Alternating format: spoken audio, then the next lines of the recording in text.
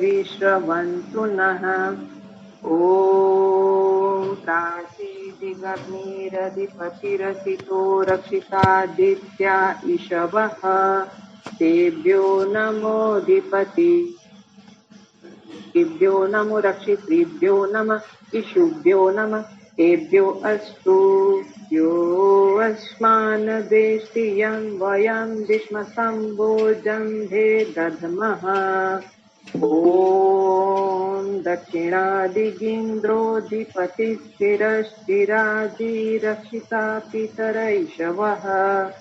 तेभ्यो नमोऽधिपतिभ्यो नमो रक्षितृभ्यो नमः इषुभ्यो नमः। तेभ्यो अस्तु यो अस्मान् वेष्टि यं वयं विष्म सम्भोजन्धे दध्मः। ॐ प्रतीति दिक्वरुणोऽधिपतिः स्त्रिधा सुरक्षितान्नमिषवः। तेभ्यो नमोऽधिपतिभ्यो नमो रक्षितृभ्यो नमः इषुभ्यो नमः। तेभ्यो अस्तु यो अस्मान् वेष्टि यं वयं विष्म सम्भोजन्धे दध्मः। ॐ उदीचि दिक्सोमोऽधिपतिः स्वजो रक्षिता शनिरिषिवः। तेभ्यो नमोऽधिपतिभ्यो नमो रक्षितृभ्यो नमः इषुभ्यो नमः। तेभ्यो अस्तु यो अस्मान् वेष्टि यं वयं विष्म सम्भोजन्धे दध्मः। ॐ ध्रुवादिक्विष्णुरधिपतिः कलमाशग्रीवो रक्षिताभिरुदैषवः। तेभ्यो नमोऽधिपतिभ्यो नमो रक्षितृभ्यो नमः इषुभ्यो नमः। तेभ्यो अस्तु यो अस्मान् वेष्टि यं वयं विष्म सम्भोजन्धे दध्मः। ॐ ऊर्ध्वादिबृहस्पतिरधिपतिः श्वेत्रो रक्षिता वर्षमिषवः। तेभ्यो नमोऽधिपतिभ्यो नमो रक्षितृभ्यो नमः इषुभ्यो नमः। तेभ्यो अस्तु यो अस्मान् वेष्टि यं वयं विष्म सम्भोजन्धे दध्मः। ॐ उद्वयं तमसस्परिष्वः पश्यन्त उत्तरम् देवं देवत्रा सूर्यमगन्म सूर्य ज्योतिरुत्तमम्। ॐ उदुत्यं जातवेदसं देवं वहन्ति केतवः। दिशे विश्वाय सूर्यम्। ॐ चित्रं देवानामुदगादनीकं चक्षुर्मित्रस्य वरुणश्चाग्निः। आप्रद्यावा पृथिवी अन्तरिक्षं सूर्य आत्मा जगतः चक्षुषश्च स्वाहा। ॐ तच्चक्षुर्देवहितं पुरस्ताच्चक्रमुच्चरत्। पश्येम शरदः शतं जीवेम शरदः शतं शृणुयाम शरदः शतं तब्रवाम शरदः शतमदीनाः श्याम शरदः शतं भूयश्च शरदः शतात्। ॐ भूर्भुवः स्वः तत्सवितुर्वरेण्यं भर्गो देवस्य धीमहि धियो यो नः प्रचोदयात्। ॐ भूर्भुवः स्वः तत्सवितुर्वरेण्यं भर्गो देवस्य धीमहि धियो यो नः प्रचोदयात्। ॐ भूर्भुवः स्वः तत्सवितुर्वरेण्यं भर्गो देवस्य धीमहि धियो यो नः प्रचोदयात्। हे ईश्वर दयानिधे भवत्कृपानेन जपोपासनादिकर्मणा धर्मात् काममोक्षाणां सद्य सिद्धिर्भवेन्नः। ॐ नमः शम्भवाय च मयोभवाय च नमः शङ्कराय च मयस्कराय च नमः शिवाय च शिवतराय च। ॐ शान्तिः शान्तिः शान्तिः। ॐ नमस्ते आचार्य जी।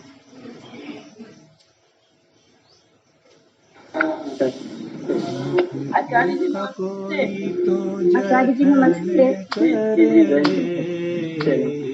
मुक्ति का कोई तो जतन कर ले, थोड़ा थोड़ा प्रभु का भजन कर ले, रोज थोड़ा थोड़ा प्रभु का भजन कर ले।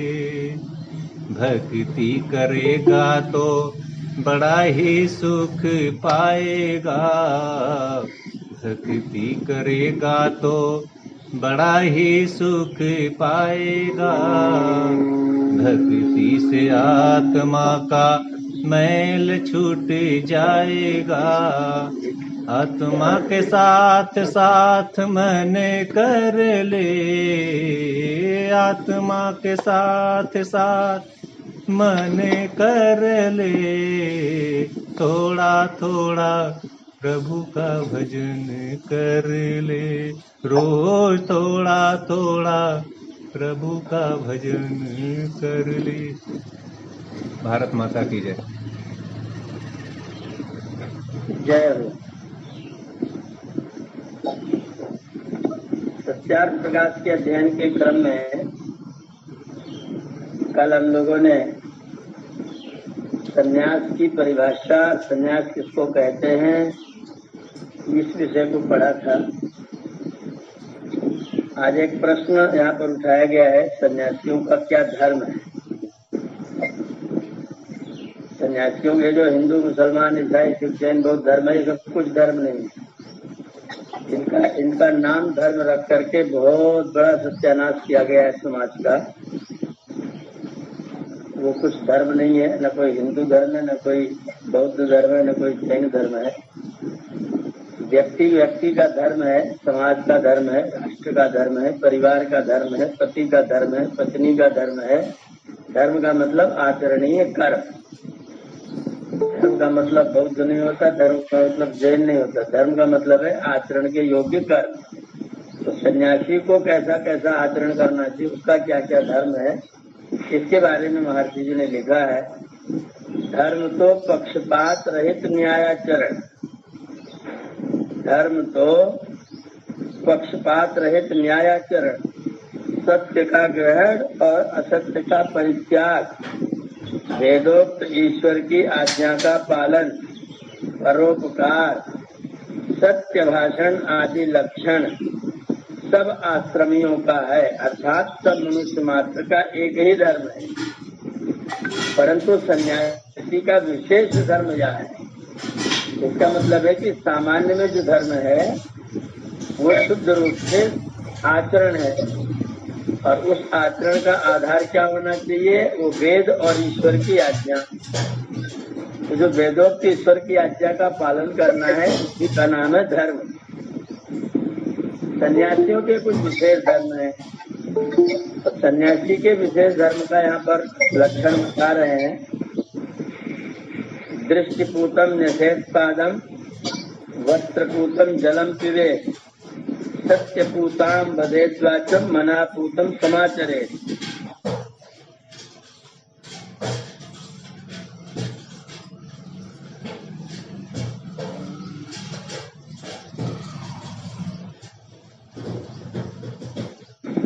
दृष्टि से पवित्र करके अपने पैरों को रखे, मतलब जमीन पर चले, पवित्र करके वाणी बोला करे, और मन से पवित्र होकर के अपने आचरण को किया करे।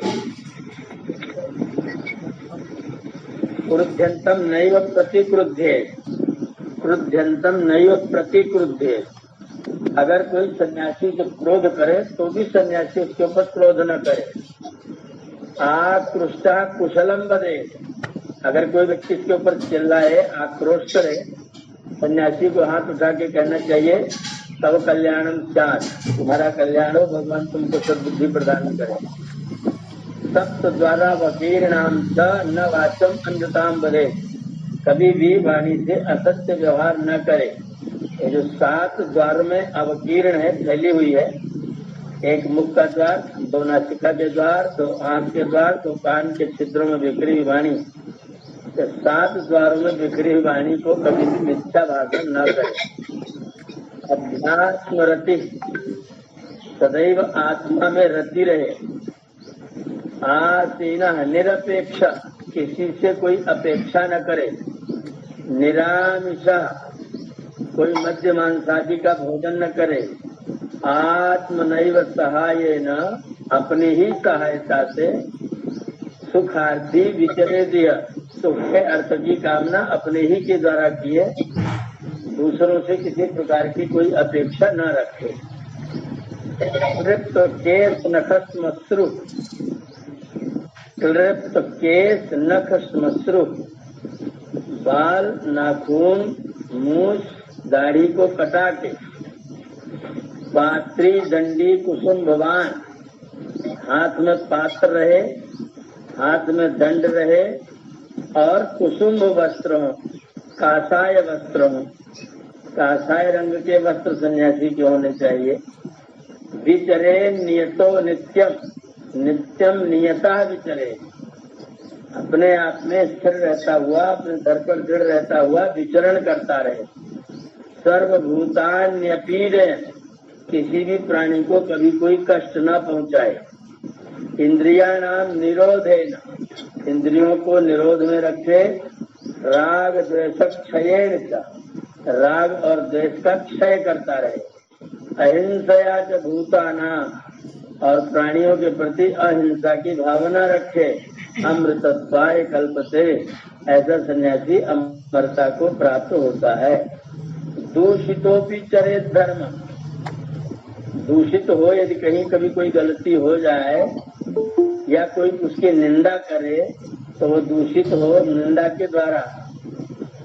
यदि कोई व्यक्ति उसकी निंदा करे तो भी चरेत धर्म, कोई के क्या बिना मतलब में लंगोटी लगाए घूम रहा है, किसके पास कोई काम नहीं, डंडा लिए टहल रहा है, ऐसा कोई व्यक्ति दोष लगाए तो भी व्यक्ति अपने धर्म का ही आचरण करे।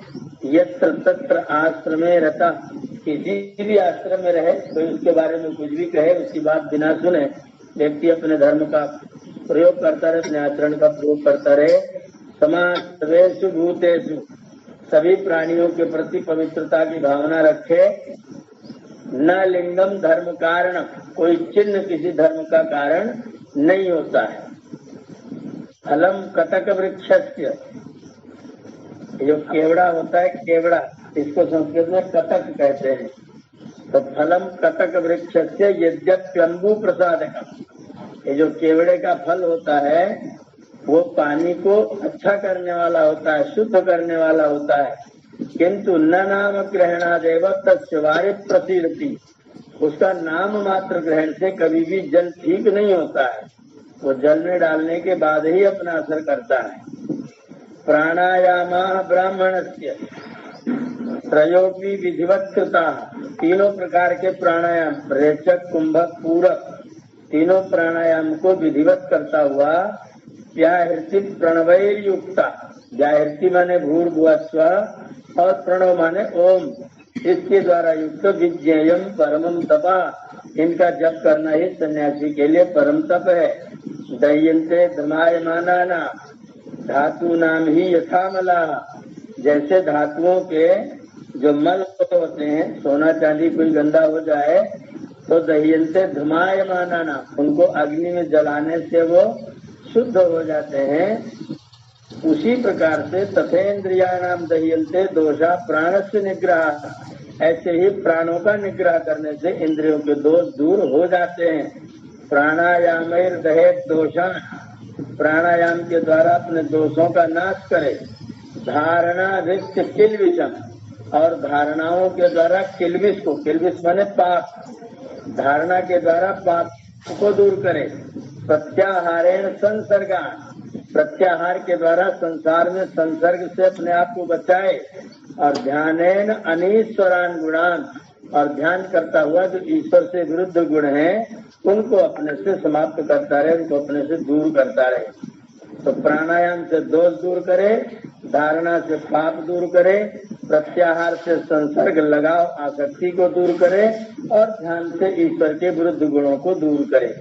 उच्चावचेषु भूतेषु दुर्जेयामकृतात्म भी, उच्च और अवच, ऊंच और नीच प्राणियों में, दुर्जेयाम जो अकृतात्मा है, असफल लोग हैं, वो जिसको जान नहीं सकते हैं, ऐसी ध्यान योगेन संपश्येत, ध्यान के योग से देखे, गतिम अस्य अंतरात्मना, इसके अंतरात्मा की गति को देखे।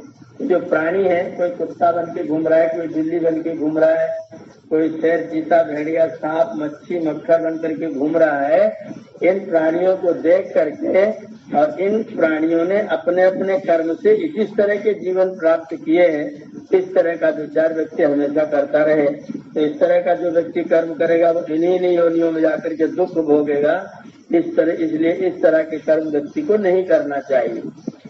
अहिंसा, अहिंसा के द्वारा इंद्रिया संगई, इंद्रियों की संगति को छोड़ करके और वैदिक कर्मों का आचरण, वेद विहित कर्मों का आचरण करते हुए, तपसच्चरणैश्च, और तपस्या का आचरण करने से साधयन्ती तत्पदम, सन्यासी उस पद को, जहाँ सब लोगों को जाना होता है, जो पदनीय परमात्मा है, ज्ञेय परमात्मा है, गंतव्य परमात्मा है, उस शरण्य परमात्मा को सन्यासी प्राप्त करता है। अहिंसा के द्वारा इंद्रियों की असंगति से, वैदिक कर्मों से और तपस्या के आचरणों से व्यक्ति उस पदभूत परमात्मा को प्राप्त करता है। यदा भावेन भवति सर्वभावेषु निष्क्रिया, जब वो अपने भाव में रत होकर के बाकी सब भाव में निष्क्रिय हो जाता है, सदा सुखमवाप्नोति, तब वह यहाँ भी सुख प्राप्त करता है। प्रेत के च, और जा करके भी, शरीर छोड़ करके भी सुख को ही प्राप्त करता है, और वह सुख उसका शाश्वत होता है, मोक्ष होता है। चतुर्भिरपि चैवैतैः, चतुर्भिः च एव एतैः नित्यम आश्रमभिर्द्विजैः, चारों आश्रम में ब्रह्मचारी, गृहस्थ और सन्यासी, जो चारों आश्रमों में रहने वाले श्रेष्ठ लोग हैं, 10 लक्षण को धर्म, उन सब को 10 लक्षण वाले धर्म का सेवन अवश्य करना चाहिए प्रयत्न पूर्वक। वो 10 धर्म कौन कौन से हैं? धृति, क्षमा, दम, ये श्लोक बहुत ध्यान रखने का है। धृति माने धैर्य, ये धर्म का पहला लक्षण।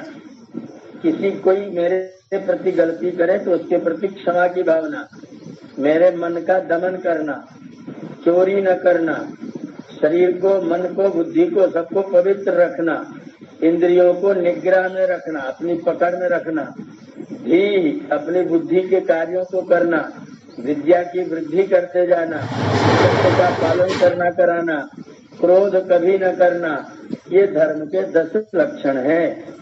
अनेन विधिना सर्वान, इस विधि से सर्वान त्यक्त्वा, सबको छोड़कर, संगान, संगों को, शनै शनै, सब प्रकार की आसक्ति को, मोह को, राग को, लगाव को छोड़ करके, सर्व द्वंद्व विनिर्युक्ता, सुख दुख, हानि लाभ, जय पराजय, मानापमान, इन द्वंद्वों से ऊपर उठा हुआ ब्रह्मण्येवावतिष्ठते, सन्यासी ब्रह्म में अवस्थित होता है। इतने कर्म सन्यासियों के हैं। इन कर्मों का सेवन सन्यासियों को करना चाहिए, और सन्यासी इन कर्मों को करता हुआ आसक्ति से, मोह से रहित हो जाता है। सन्यासियों का मुख्य कर्म, मैं हिंदी नहीं पढ़ रहा हूँ, मैंने श्लोकों का अर्थ आपको हिंदी में बता दिया है, आप हिंदी बाद में अपने आप पढ़ लीजिएगा। आगे आएंगे। सन्यासियों का मुख्य कर्म यही है कि गृहस्थ आदि आश्रमों को सब प्रकार के व्यवहारों का सत्य निश्चय करा। जितने गृहस्थ आश्रम हैं, या ब्रह्मचारी है या वानप्रस्थी हैं, तीनों ही आश्रम वालों को सब व्यवहारों के प्रति सत्य का निश्चय करा के, अधर्म व्यवहारों से छोड़ा के, सब संशयों का छेदन करके और सत्य धर्मयुक्त व्यवहारों में प्रवृत्त कराया करें, ये सन्यासियों का कर्तव्य है। वो वानप्रस्थ आश्रम में जाएं, वो ब्रह्मचारियों के गुरुकुलों में जाएं, वो गृहस्थियों के घरों में जाएं और फ्री आपको केवल रोटी खा करके और जगत का उपकार करते रहें, संसार में सत्य का प्रचार और प्रसार करते रहें। ये सन्यासी का मुख्य काम है। ये कह रहे सन्यास ग्रहण करना ब्राह्मण ही का धर्म है और क्षत्रिय आदि का भी। तो स्वामी जी ने कहा ब्राह्मण ही को अधिकार है, क्योंकि जो सब वर्णों में पूर्ण विद्वान, धार्मिक, परोपकार प्रिय मनुष्य है, उसी का ब्राह्मण नाम है। यह ध्यान देने की बात है। ब्राह्मण के लिए जो बात कही जा रही है, कह रहे जो सब वर्णों में पूर्ण विद्वान, धार्मिक, सब वर्णों में जो भी पूर्ण विद्वान हो, धार्मिक हो, परोपकार प्रिय हो, उसी को ब्राह्मण कहते हैं। बिना पूर्ण विद्या, धर्म, परमेश्वर की निष्ठा और वैराग्य के संन्यास ग्रहण करने में संसार का विशेष उपकार नहीं हो सकता। आजकल जो लोग सन्यासी बने हुए हैं, जिन्होंने इस नियम का पालन नहीं किया, पूर्ण विद्या, धर्म और परमेश्वर की उपासना और वैराग्य वाला, इसलिए वो लोग बड़े बड़े आश्रम बनाते हैं, बड़े बड़े चेले पैदा करते हैं, बहुत बड़ी बड़ी भीड़ इकट्ठा करते हैं और भीड़ को संभाले रखने के लिए बड़ी बड़ी बातें करते हैं। उन बड़ी बड़ी बातों में बहुत सारी बड़ी ओछी ओछी बातें भी हुआ करती हैं। तो जब ये चारों चीजें हो, किसी भी वर्ण का व्यक्ति हो, क्षत्रिय वर्ण का हो, वैश्य वर्ण का हो, लेकिन पूर्ण विद्वान हो, परोपकार प्रिय हो, ईश्वर में निष्ठा हो, वैराग्य की भावना हो, ऐसा व्यक्ति संन्यास ग्रहण कर सकता है। यहाँ वर्तमान में पुण्य स्वरूप और शरीर छोड़े पश्चात मुक्ति रूप अक्षय आनंद का देने वाला संन्यास धर्म है। इसके आगे राजाओं का धर्म तुम मुझसे सुनो। इससे यह सिद्ध हुआ कि संन्यास ग्रहण का अधिकार मुख्य करके ब्राह्मण का है और क्षत्रिय आदि का ब्रह्मचर्य आश्रम है। क्षत्रिय वैश्य इत्यादि, यहाँ तो क्षत्रिय वैश्य वर्ण इत्यादि हैं। इनमें से विशेष मत यह है कि तीनों ही वर्णों में जिस भी किसी व्यक्ति के मन में वैराग्य पूर्ण रूप से पैदा हो जाए और वो समाज का, संसार का उपकार करना चाहे, ऐसा व्यक्ति संन्यास ग्रहण कर लेवे। और जिसका वैराग्य ईश्वर में निष्ठा, धर्म, परोपकार की प्रति रुचि न होवे, वह व्यक्ति अपने वानप्रस्थ नहीं रहे, उसको लाल कपड़ा पहन करके दूसरों से पूजा करवाने की जुगाड़ करने के लिए संन्यास ग्रहण नहीं करना है। प्रश्न किया संन्यास ग्रहण की आवश्यकता क्या है, अगर हम संन्यास ग्रहण न करें तो हानि क्या होगी। तो उत्तर दिया जैसे शरीर में सिर की आवश्यकता है, वैसे आश्रमों में संन्यास की आवश्यकता है, क्योंकि इसके बिना विद्या धर्म कभी नहीं बढ़ सकता और दूसरे आश्रमों को विद्या ग्रहण, गृहकृत्य और तपश्चर्या का संबंध होने से अवकाश बहुत कम मिलता है। पक्षपात छोड़कर बरतना दूसरे आश्रमों को दुष्कर है। जैसा सन्यासी सर्व को मुक्त होकर जगत का उपकार कर सकता है, वैसा अन्य आश्रम नहीं कर सकता, क्योंकि सन्यासी को जितना अवकाश सत्य विद्या से पदार्थों के विज्ञान की उन्नति का मिलता है, उतना अन्य आश्रम को नहीं मिल सकता। परंतु जो ब्रह्मचर्य से सन्यासी होकर जगत को सत्य शिक्षा करके जितनी उन्नति कर सकता है, उतने गृहस्थ और वानप्रस्थ आश्रम करके संन्यास आश्रमी नहीं कर सकता है।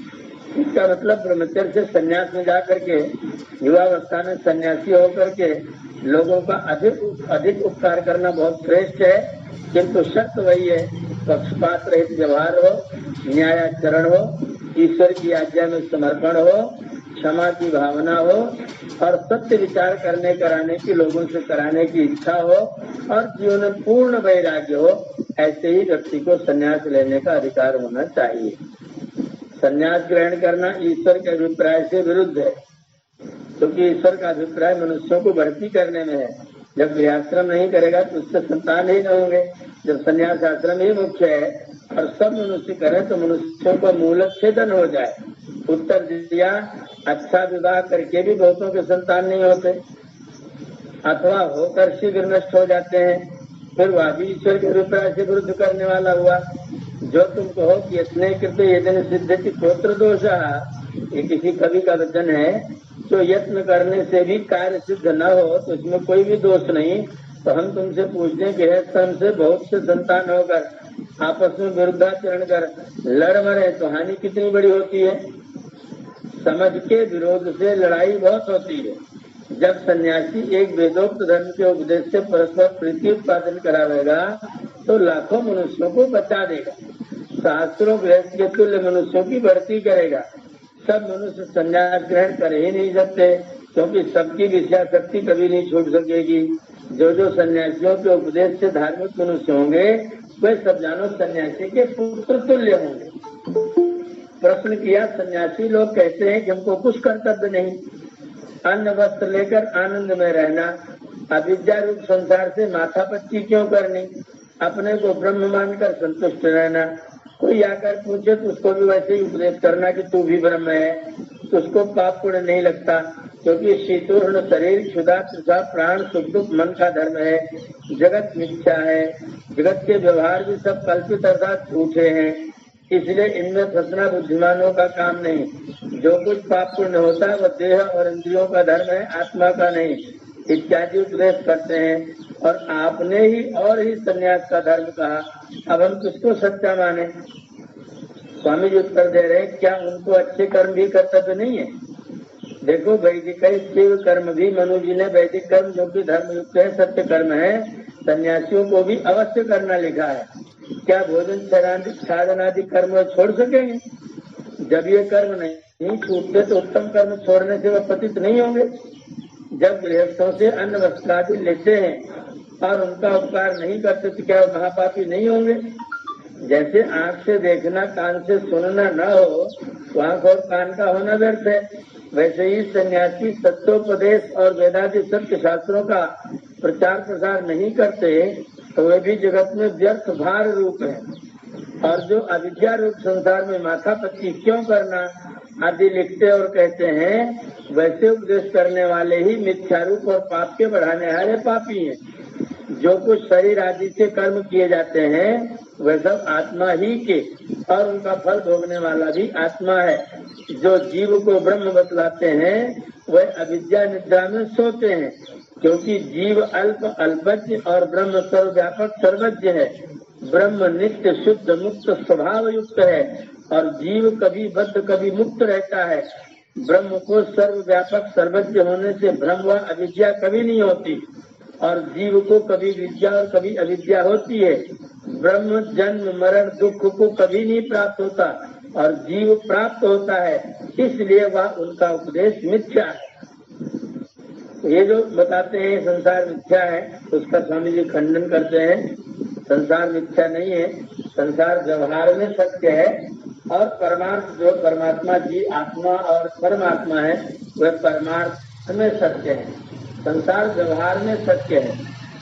व्यवहार का सत्य का मतलब होता है जितने समय हम उसके साथ में व्यवहार करते हैं उतने समय के लिए संसार भी सत्य है।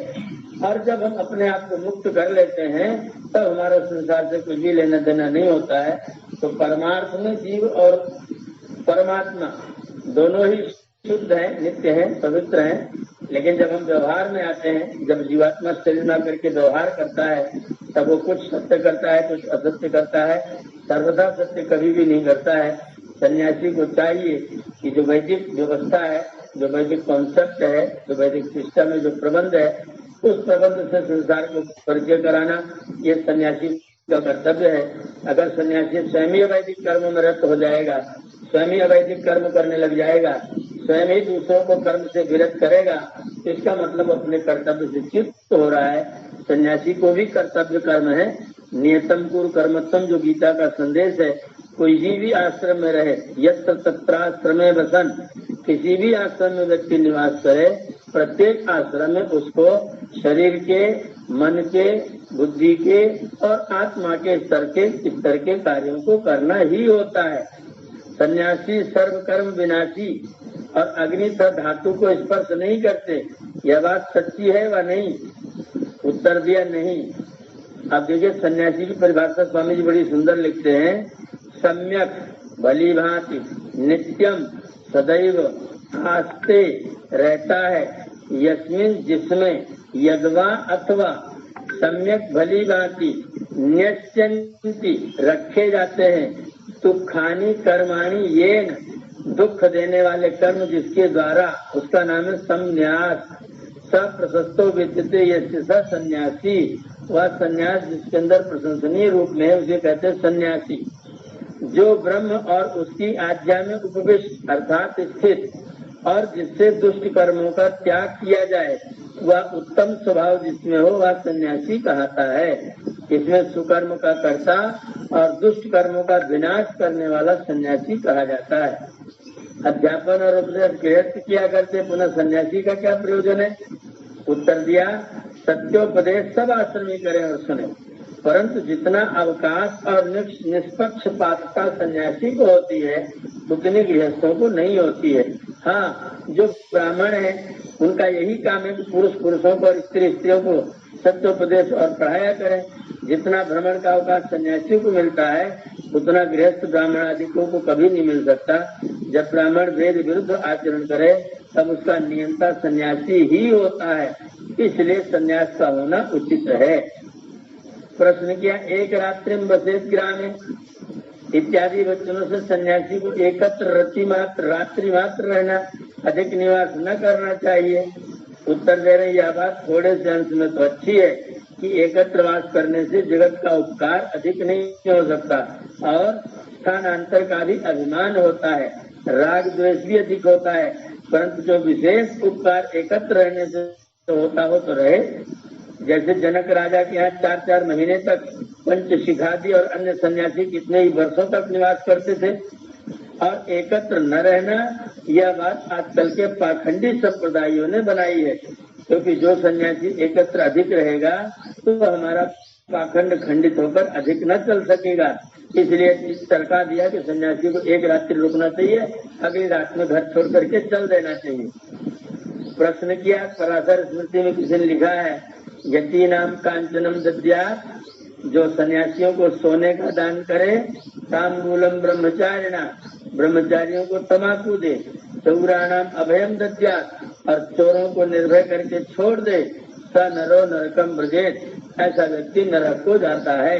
इत्यादि वचनों का अभिप्राय यह है कि सन्यासियों को जो स्वर्ण दान दे तो दाता को नरक प्राप्त हो। उत्तर दिया, यह बात भी वर्णाश्रम विरोधी संप्रदायी और स्वार्थ सिंधु वाले पौराणिकों की कल्पी हुई है, क्योंकि सन्यासियों को धन मिलेगा तो हमारा खंडन बहुत कर सकेंगे और हमारी हानि होगी तथा वह हमारे अधीन भी न रहेंगे, और जब भिक्षादी व्यवहार हमारे अधीन रहेगा तो डरते रहेंगे। जब मूर्ख और स्वार्थियों को दान देने में अच्छा समझते हैं तो विद्वान और परोपकारी सन्यासियों को दान देने में कुछ भी दोष नहीं हो सकता है। देखो, विविधानी च रत्नानि विविक्ते शुभ कार्य, नाना प्रकार के रत्न सुवर्ण आदि धन विविक्त अर्थात सन्यासियों को दे देवे। और वहाँ श्लोक भी अनर्थक है, क्योंकि सन्यासी को सुवर्ण देने से यजमान नरक को जावे तो चांदी मोती हीरा आदि देने से स्वर्ग को जाएगा। प्रश्न, या पंडित जी इसका पाठ बोलते भूल गया, वह ऐसा है कि यदि हस्ते धनम दद्यात्, अर्थात जो सन्यासियों के हाथ में धन देता है वह नरक में जाता है। उत्तर दिया, यादि बच्चन विद्वान ने कपोल कल्पना से रचा है, क्योंकि जो हाथ में पग देने से दाता नरक को जाए तो पग पर धरने गठरी बंद कर देने से स्वर्ग को जाएगा, इसलिए ऐसी कल्पना मानने योग्य नहीं। हाँ, ये बात तो है कि जो सन्यासी योग क्षेम से अधिक रखेगा, जो सन्यासी योग और क्षेम से अधिक रखेगा तो चोर आदि से पीड़ित और मोहित भी हो जाएगा, परंतु जो विद्वान है वह अयुक्त व्यवहार कभी न करेगा, नामों में फंसेगा, क्योंकि वह प्रथम गृहस्थाश्रम में अथवा ब्रह्मचर्य में सब पूर्ण कर सब देख चुका है। और जो ब्रह्मचर्य से होता है वह पूर्ण वैराग्य होने से कभी नहीं फंसता। लोग कहते हैं श्राद्ध में सन्यासी आओ और जिमाओ तो उसके पितर भाग जाए नरक में गिरे। तो उत्तर दिया, प्रथम तो मरे हुए पितरों का आना और किया हुआ श्राद्ध मरे हुए पितरों को पहुंचना यह संभव है। वेद और युक्ति विरुद्ध होने से मिथ्या है, और जब आते ही नहीं तो भाग कौन जाएंगे। जब अपने पाप पुण्य के अनुसार ईश्वर की व्यवस्था से मरण के पश्चात जीव जन्म लेते हैं तो उनका आना कैसे हुआ। इसलिए यह भी बात पेचार्थी पुरानी और वैरागियों की मिथ्या कल्पी हुई है। हाँ, या तो ठीक है कि जहाँ सन्यासी जाएंगे वहाँ या मृतक श्राद्ध करना वेदांत शास्त्रों से विरुद्ध होने से पाखंड दूर भग जाएगा। प्रश्न, जो ब्रह्मचर्य से संन्यास लेगा उसका निर्वाह कठिनता से होगा और काम भी रोकना अति कठिन है। इसलिए गृहस्थाश्रम वानप्रस्थाश्रम जब वृद्ध हो जाए तब संन्यास लेना अच्छा है। उत्तर दिया, जो निर्वाह न कर सके, इंद्रियों को न रोक सके, वह ब्रह्मचर्य से संन्यास न ले। परंतु जो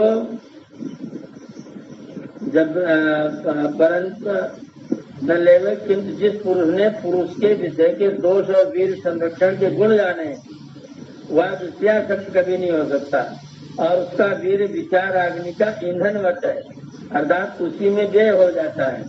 जैसे वैद्य और औषधों की आवश्यकता रोगी के लिए है, निरोगों के लिए नहीं है, वैसे जिस पुरुष व स्त्री को विद्या, धर्म वृद्धि और सब संसार का उपकार करना ही प्रयोजन हो, वह विवाह न करे। जैसे पंचशिखादि पुरुष और गार्गी आदि स्त्रियां हुई थी, इसलिए संन्यास का होना अधिकारियों के लिए अच्छा है। और जो अनधिकारी संन्यास ग्रहण करेगा तो आप डूबेगा और उनको भी डुबाएगा।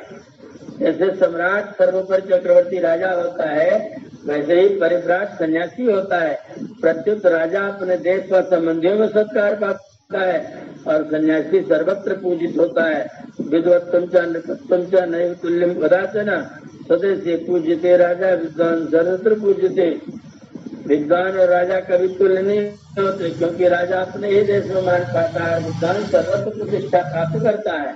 इसलिए विद्या पढ़ने, सुशिक्षा लेने, बलवान होने आदि के लिए ब्रह्मचर्य, सब प्रकार के उत्तम व्यवहार सिद्ध करने के अर्थ गृहस्थ, विचार, ध्यान और ज्ञान बढ़ाने और तपश्चर्या करने के लिए वानप्रस्थ, और वेद आदि सत्य शास्त्रों का प्रचार, धर्म व्यवहार का ग्रहण, दुष्ट व्यवहार के त्याग, सत्योपदेश और सबको निसंदेह करने आदि के लिए संन्यास आश्रम है। परंतु जो इस संन्यास के मुख्य धर्म सत्योपदेश आदि नहीं करते, वे पतित और नरकगामी है।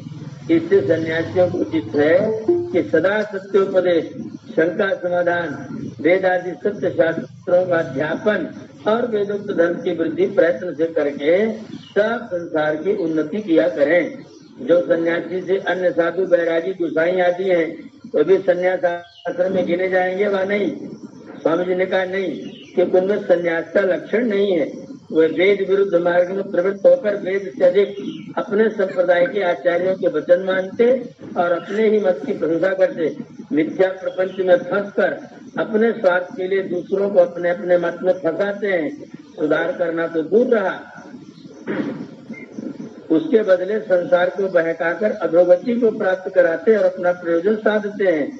इसलिए इनको संन्यास आश्रम में नहीं गिन सकते, परंतु स्वार्थाश्रमी तो पक्के हैं, इसमें कुछ संदेह नहीं।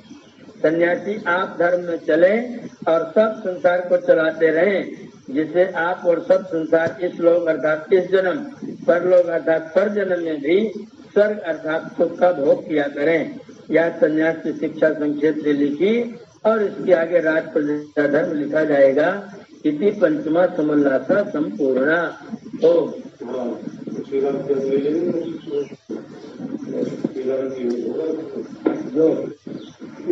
आचार्य जी हो। आदरणीय जैसा हमारे बीच में उपस्थित है, उनकी उपस्थिति को प्रणाम करते हुए आज के सत्र को, प्रश्नवाचक सत्र को आरंभ करते हैं। विषय के अनुकूल रहेंगे और अंत में जिन्होंने तैयारी की है परीक्षा के लिए, वह परीक्षा भी देंगे, प्रश्न का उत्तर भी देंगे।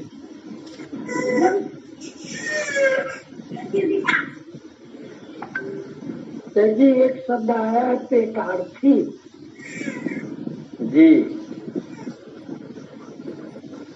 जिसका पेट ही अर्थ हो, प्रयोजन, मुख्य प्रयोजन पेट भरना, उसका नाम पेटार्थी।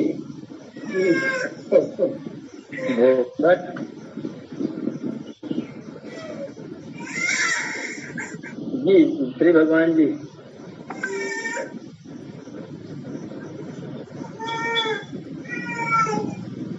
आदर चरण इस पर। जी, भगवान भगवान नमस्ते, भगवान नमस्ते।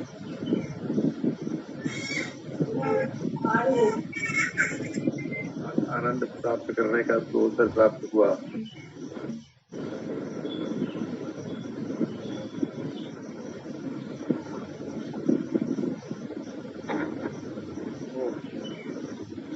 महाराज जी ओम जी जी। तो गृहस्थ आश्रम से मंदिर की तरफ छलांग लगा के सीधा संन्यास आश्रम में जा सकते हैं। गृहस्थ आश्रम से सीधा संन्यास आश्रम में, जी गृहस्थ आश्रम से मंदिर की तरफ छलांग लगा के सीधा संन्यास आश्रम में जा सकते हैं। वानप्रस्थ से बिल्कुल बिल्कुल बिल्कुल जा सकते हैं जी। जो सन्यासी के धर्म है उनका पालन करें तो गृहस्थ से, वानप्रस्थ से, ब्रह्मचर्य से जहाँ भी सन्यासी का लक्षण प्राप्त हो जाए वहीं से सन्यास ले लेना चाहिए।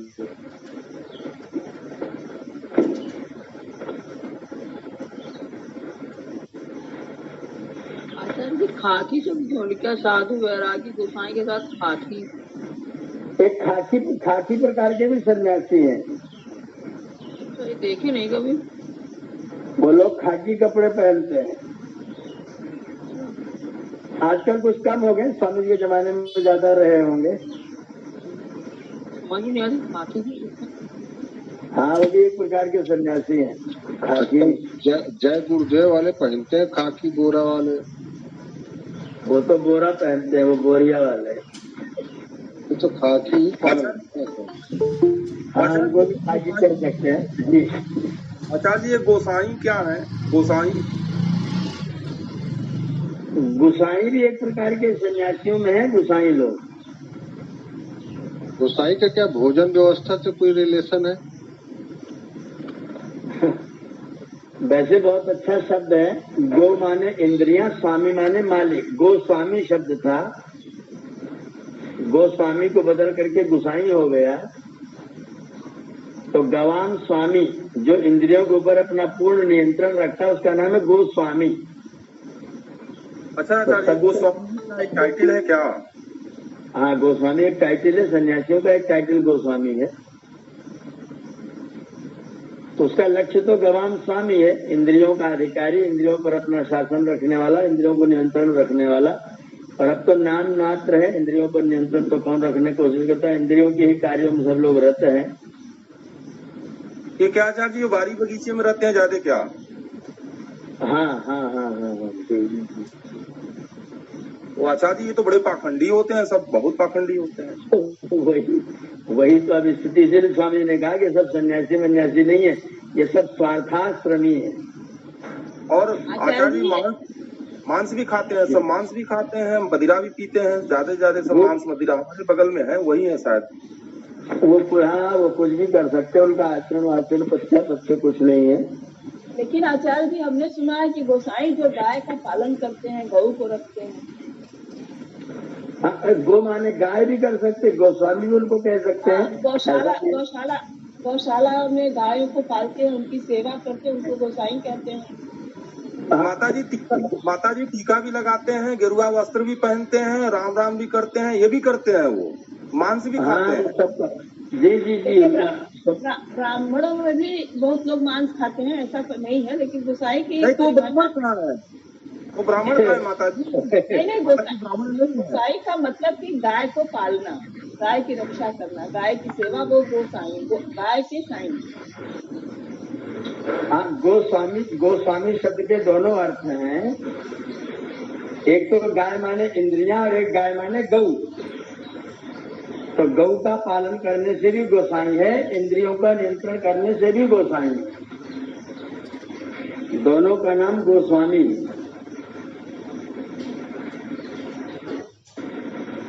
आचार्य जी सन्यासी जो होते हैं इनके भोजन आदि का प्रबंध गृहस्थ लोग करते हैं। जी जी, गृहस्थों का कर्तव्य है कि भोजन की व्यवस्था करें। तो कहीं घूम रहे और भोजन न मिले तो क्या करें फिर? ऐसा मैं आपके यहाँ नहीं करेंगे क्या मुझको? जी, ऐसा कभी संभव है कि आपके यहाँ कहीं भोजन नहीं देंगे? जाओ यहाँ से। आजकल तो लोग घर में नहीं आ रहे सुबह बड़ों को। वो उन्हीं की गलती है, वो उन्हीं की गलती है, वो उन्हीं की गलती है क्योंकि उन्होंने अपना आचरण संन्यास वाला नहीं रखा। पहचानेंगे कैसे? आमतौर पर लोग पहचानेंगे नहीं कि कौन से बाबा जी सही सन्यासी हैं कि नहीं है। हाँ बहन जी, इसीलिए तो सच्चे भी उनके कारण से दुख प्राप्त करते हैं, अपमान प्राप्त करते हैं दुष्टों के कारण से। इसीलिए स्वामी जी ने संन्यास लेने के लिए सब लोगों को मना कर दिया, सबको अधिकारी नहीं कहा है। जो अधिकारी हैं उसके, जो पूर्ण ज्ञान वाले हैं, जिनके अंदर वैराग्य है, त्याग है, साधना है, वही लोग सन्यासी होंगे। हाँ, तो कोई ज्ञानी गृहस्थ ही पकड़ सकेंगे कि हाँ ये सही सन्यासी है, वास्तव में है सन्यासी। अगर पूरी व्यवस्था हमारी चलती होगी, जैसे जो व्यवस्था अब हम लोग पढ़ रहे हैं, तृतीय समोल्लास, चतुर्थ समोल्लास, अगर इस दृष्टि से हम लोग चले तो सन्यासी की पहचान तो 1 मिनट में हो जाएगी, वाणी मात्र से हो जाएगी, पता चल जाएगा व्यक्ति की क्या औकात है। अब जब हम लोग अज्ञानी होते हैं, हमको कोई भी आकर के हाथ चेक करके उल्लू बना के चला जाता है। सकते हैं आचार्य जी, हम लोग कई बार ठगा गए थे, लेकिन वही है, जब हमारे पास अज्ञान रहता है तो उस अज्ञान के का वो अज्ञान का लाभ उठाते हैं और कुछ भी ढोंग डांग बता करके व्यक्ति को ठग के चले जाते हैं। आचार्य जी जो भाई बहन जो है प्रश्न पूछते हैं वही म्यूट ऑन करें, तो म्यूट कर दीजिए ना। आप लोग जो है खोल करके रखते हैं, आवाज क्लियर नहीं आती है, और आप लोग प्रबुद्ध है, आप लोग म्यूट तो कर दिया करें, इतना देख लिया करें। कोई गंभीर क्लास चल रही है, आवाज क्लियर नहीं आती है। ओम ओम ओम आदरणीय ओम ओम आचार्य, ये बिखरी हुई वाणी के 7 भाग है, बिखरी हुई वाणी के 7 भाग डिवाइड किए यहाँ पर जी। ये वाणी कैसे हो जाएंगे सारे लोग, इसको थोड़ा स्पष्ट करो। आपकी 2 आंखें हैं, उनसे आप देखते हैं, उसको देख करके जैसा होता वैसा बोलते हैं। कान से आप सुनते हैं, जैसा सुनते हैं वैसा बोलते हैं। नाक से आप सूंघते हैं, जैसा सूंघते हैं वैसा बोलते हैं, और मुख से बोलते ही है। इसलिए उसको कहा 7 भाग में बिखरा हुआ। जो देखते हैं, जो सुनते हैं, जो सूंघते हैं, जो चखते हैं, वही बोलते हैं। जी। इसीलिए उसको 7 भाग में बिखरा हुआ बताया गया है। अच्छा जी, आवाज बिल्कुल आवाज नहीं सुनाई पड़ रही है। अच्छा जी, हमारे ये गड़बड़ है कि हर जगह है। ओम सही आ रही है जी, सुनीता जी। ओम ओम आवाज बिल्कुल गायब है, दब गई है। आवाज आ रही है। क्या हो गया हमारे जी सुनीता बहन जी? जी ओम जी ओम जी। परिभ्राट जी। सिकंदर जी क्या कह रहे हैं? सिकंदर जी, आचार्य जी, ये जगत मिथ्या के बारे में एक बार और बता दीजिए। ये अद्वैत वेदांत वाले जो है स्वामी शंकराचार्य के अनुयायी, उनका वाक्य है ब्रह्म सत्यम जगन मिथ्या। ब्रह्म ही सत्य है, यह जगत मिथ्या है। अब इसमें थोड़ा सा ये निर्णय होना चाहिए कि जगत व्यवहार में सत्य है और ब्रह्म परमार्थ में सत्य है। व्यवहार करने में जब आप फल खा रहे हैं, एक पसेरी अनाज तोड़ रहे हो, ये मिथ्या है, तो क्यों कर रहे हैं? उसको न किया जाए। तो वो एक परमार्थ की दृष्टि जो आप देखेंगे, तो जिसको ब्रह्म प्राप्त होगा, तो जगत के जितने व्यवहार हैं सब किस काम के हैं? खाना पीना, सोना जगना, रोना धोना, प्राप्ति ब्रह्म की करनी है। तो सारे के सारे कार्य बिना मतलब के हैं। इस दृष्टि से उन्होंने उसको मिथ्या कहा, लेकिन उसका कॉन्सेप्ट स्पष्ट होना चाहिए, उसको क्लियर करना चाहिए कि जगत व्यवहार में सत्य है और ब्रह्म परमार्थ में सत्य है। इस तरह का निर्णय करके सही चीज जानना चाहिए।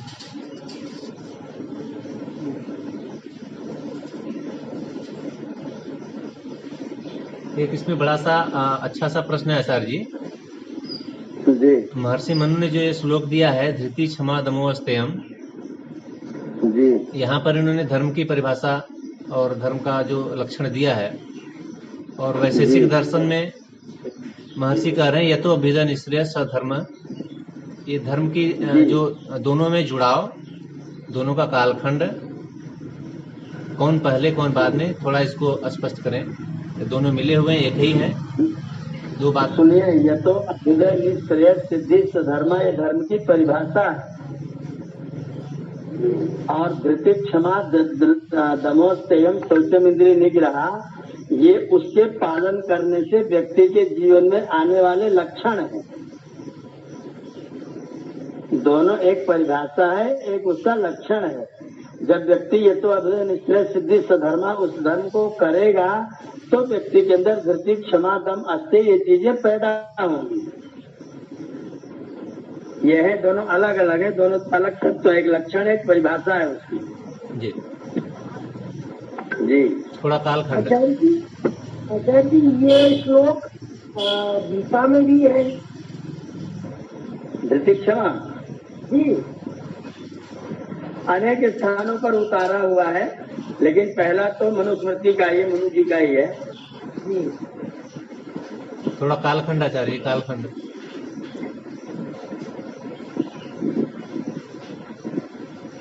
मनु त्रेता के हैं और गीता द्वापर की है। महाभारत द्वापर का है, मनु का काल त्रेता है। तो वैशेषिक, मनुष्य में सबसे पहले है। वैशेषिक, वैशेषिक काल तो कलयुग के हैं। कणाद मुनि कलयुग के, महाभारत के बाद के हैं।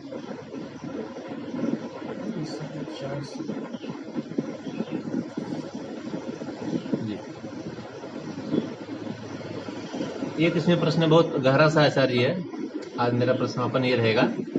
ये संविधान अगर है ये मनुस्मृति, जी, तो क्या ये वेद के बाद दर्शन आप बता रहे हैं कि अभी आए हैं, बहुत कलयुग में आए हैं दर्शन? जी जी जी, दर्शन काल तो कलयुग का है।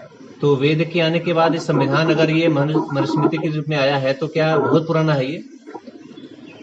हाँ, जब मनुष्यों को व्यवस्था में रखने का प्रबंध करने की जुगाड़ करनी पड़ी, तब फिर उनके लिए संविधान लिखा गया। और संविधान के पहले लेखक मनु जी महाराज हुए। कैसे कैसे करना, क्या क्या करना, क्या क्या व्यवस्था करनी, क्या क्या दंड देना, कैसे शासन चलाना, कैसे प्रबंध करना, मानव समुदाय को कैसे संजो के रखना, ये सारी व्यवस्था मनु जी ने बनाई। रामचंद्र जी के समय में है क्या ये? हाँ, रामचंद्र जी त्रेता में, रामचंद्र जी तो मनु जी के कितना 36 पीढ़ियों के बाद में है।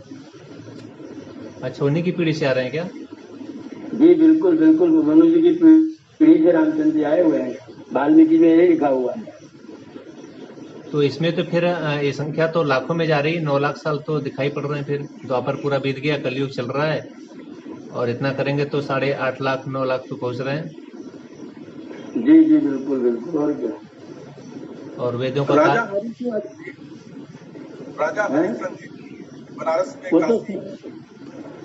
वो हरिश्चंद्र तो सतयुग में थे ना। हरिश्चंद्र का काल सतयुग का है।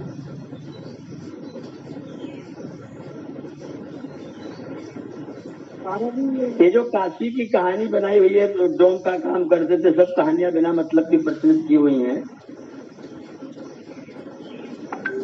ये कहानी जो डोम का काम करते थे, टैक्स वसूलते थे, शमशान घाट का टैक्स लेते थे, ये सब बीमारियां बाद के लोगों की जोड़ी हुई हैं। वो सपने में राजदान किया वो सत्य नहीं है?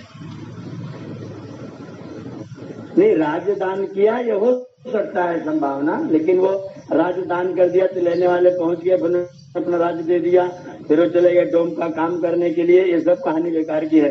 उस समय इस तरह का आधार नहीं था, तो ठग करके राज्य ले लो और उसको डोम बना दो। ये कलयुगी लोगों की कहानी है।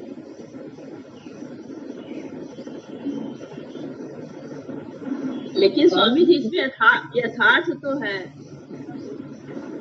क्या यथार्थ है? यथार्थ ये है कि दान की परंपरा जो थी उनके अंदर हरिश्चंद्र के ऊपर, इसीलिए वो घाट का नाम हरिश्चंद्र घाट पड़ा। उनकी पत्नी ने जो किया वो ये एक समझ लीजिए कि संसार के लिए बहुत बड़ी सीख है। तो उन्होंने अपने शरीर को दे दिया, अपनी पत्नी से भी उन्होंने कर लिया, ये सब बातें यथार्थ में है। बहन जी, ये दान की प्रशंसा में इसको बोलते हैं अतिशयोक्ति अलंकार। दान की प्रशंसा में अतिशयोक्ति का पालन है ये कहानी। लेकिन आचार्य जी क्षमा करिएगा, जहाँ आग लगती है धुआं वही उठता है, वही धुआं दिखता है, कुछ तो है सच्चाई उसमें। कुछ है। हरिश्चंद्र जी दानी थे। अब हरिश्चंद्र जी बहुत बड़े वो अलग चीज है। हाँ, हरिश्चंद्र जी बहुत बड़े दानी थे, ये एकदम सत्य है। कर्ण बहुत अच्छे दानी थे, एकदम सत्य है। लेकिन वो अब जब उसे कुरु की भूमि में कृष्ण भगवान से दान मांगने गए तो उनके दांत में सोना लगा था, वो सड़क करके गए, पत्थर तोड़ करके दांत को तोड़ कर उनको स्वर्ण दान किया। ये सब कहानियां अतिशयोक्तियां हैं। ये अतिशयोक्ति है, लेकिन सच्चाई है, सच्चाई है। इसको लोगों ने दबाया है कि संसार में लोगों की सीख मिले। बहन जी जब सच्चाई कह रहे हो फिर अतिशयोक्ति क्यों कह रहे हो उसको? जो सत्य है ये अतिशयोक्ति नहीं हो सकता। अतिशयोक्ति में जो यथार्थ होता है उसको बढ़ा चढ़ा के कहा जाता है।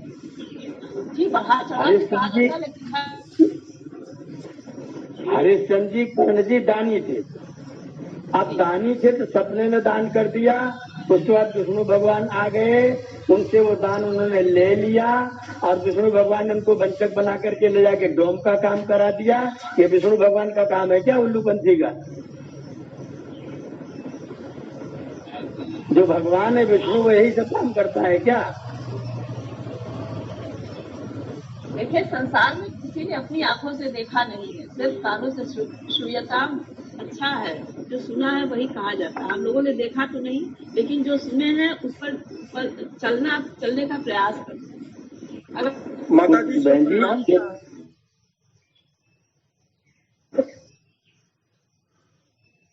क्यों मानेंगे हम? किसके अनुकूल चलेंगे? जब आपको इतने दिन से सत्यान प्रकाश बताया जा रहा है वेदानुकूल चलिए, फिर आप इसके अतिशयोक्ति के अनुकूल चलने की कोशिश क्यों ढूंढ रहे हैं? नहीं, जगत में जो चला आ रहा है कितने वर्षों से, कितने कालों से, उस पर कुछ तो होगा ना। बहन जी, जगत में यूरिया का दूध भी चल रहा है, चलाइएगा।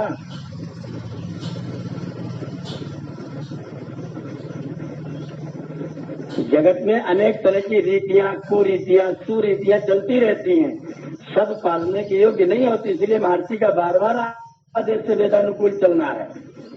वेद ही सत्य है, वेदानुकूल ही चलना है। बाकी जितने आचरण कहीं भी लिखे हैं सब कवियों की अनेक तरह की कल्पनाएं, आप किसको मानेंगे? कवियों की कल्पनाओं को प्रमाण नहीं मानना, प्रमाण केवल वेद है, वेद के अनुकूल चलना है। अब जैसे राजा भगीरथ ने गंगा जी को लाया है, अब ये सत्य है कि ओम आचार्य ये तो राजा। अब आप देखो बहन जी अभी कहानी कह रहे हैं कि हरिश्चंद्र जी सतयुग के थे और हरिश्चंद्र जी डोम का काम नदी किनारे करते थे और त्रेता में भगीरथ जी गंगा को लाए। तो वो गंगा कौन सी थी? समझ में नहीं आता ये सब बात। इसीलिए कह रहा हूँ कहानियों पर भरोसा मत करिए, वेदानुकूल चलिए। हम लोग चलने के प्रयास से जुड़े हैं जी। बस वही करना है। ये सब कहानियां हैं और कहानियों को कहानी ही रहने दीजिए। शंका समाधान तो आप ही से करेंगे ना कि सगर को बिल्कुल करना चाहिए। शंका समाधान करना चाहिए। इसके लिए शंका समाधान के लिए मैंने कभी मना नहीं किया। नहीं, अगर हमारी बातें नहीं समझ में आती हैं तो लोग नाराज होते हैं, लेकिन हम पूछेंगे आपसे ना। नहीं, शंका समाधान के लिए किसी ने मना नहीं किया है, पर शंका करके जो कहा जाए उसको माना भी तो जाए। आप कहेंगे नहीं, अगर कुछ कहा पहले चल रहा तो कुछ तो होगा। आचार्य जी, ये नहीं चलेगा ना, ये तर्क से नहीं चलेगा। ये तर्क नहीं चलेगा।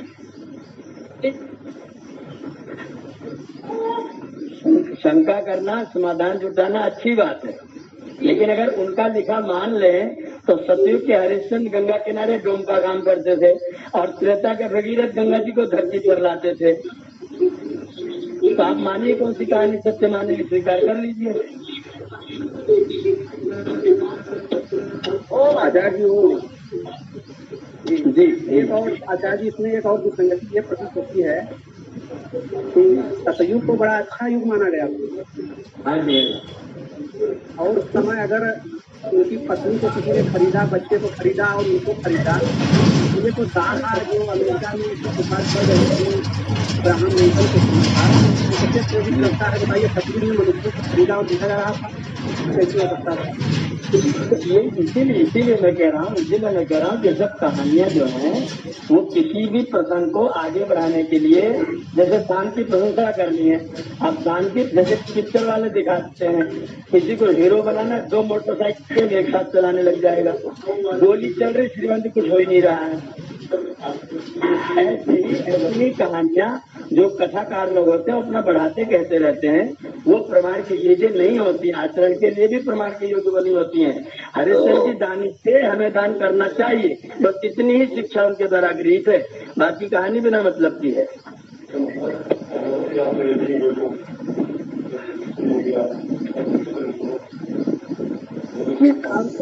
कौन से कानून का है?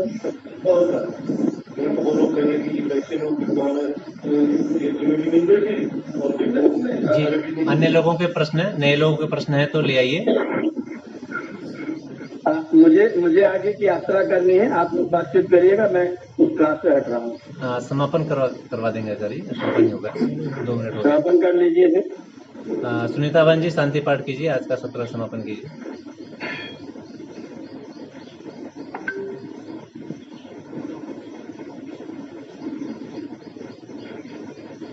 सुनीता बहन जी जी, शांति पाठ। ओम द्यौः शान्तिरन्तरिक्षं शान्तिः, पृथिवीः शान्तिरापः शान्तिरोषधयः शान्तिः, वनस्पतयः शान्तिर्विश्वे देवाः शान्तिर्ब्रह्म शान्तिः, सर्वं शान्ति शान्तिरेव शान्ति, सामा शान्तिरेधि। ओम शांति शांति शांति।